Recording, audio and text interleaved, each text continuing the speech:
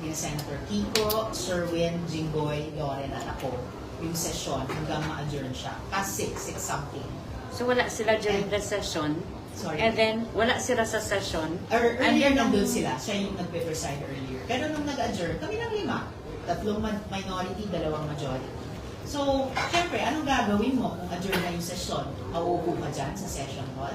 So, syempre, umakyat ako sa office ko, nagligpit ng mga gamit, umalis, papuntang Kaiya, para lumipad dito kagabi, last flight, para sa conference ngayong araw. And the rest stayed? At saka nag-video pa, nag-live pa? Nag-live stream kasama si Senate President. So, sinasabi niya, sinabi ba niya? Nandun ako dahil may alam akong, wala ako. Sinabi lang nila na meron ng certificate sa ibang senator. Okay, yung ganyan klase pangintriga, that's beneath a Senate President. Now, different perspective naman tayo dahil ayon sa NBI, pumasok sila sa building ng Senado dahil ni-request ito ng GSIS over security concerns daw. Yung nagmamay-ari ng building kung saan nakalagay ang Senado at nagbabarena sila.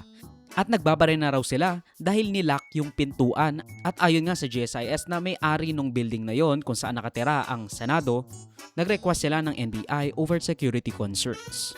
Nandoon sila hindi para arestuin si Bato dahil under Senate Protective Custody at nirerespeto nila ito until umalis siya. Arestuhan ba kay Sen Bato at least by tonight? And what happens to the 9 NBI personnel? According to the NBI director, as soon as they heard na ang stand officially ng Senate, yung Senate Resolution 44 at yung manifestation ni Senator Marcoleta na dapat dumaan to sa korte, hindi na nila pinursu na arestuhin siya ngayon. Ang sabi ng NBI and based on what was released sa publiko ng mga video ng mga nakasamang media ng NBI, makikita na ang OSAA na comrade ni Bato ang unang nagpaputok ng baril sa NBI. Siguro nung nabuko, napilitan silang umamin pero the narrative was that again, NBI fired the first shots.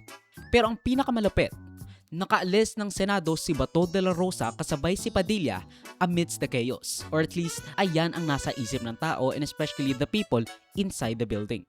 Sabi lang namin na after po na nakaalis sila, na kasama po niya si Senator Robin Padilla na sumakay na sasakyan at lumabas po sa premises ng Senado.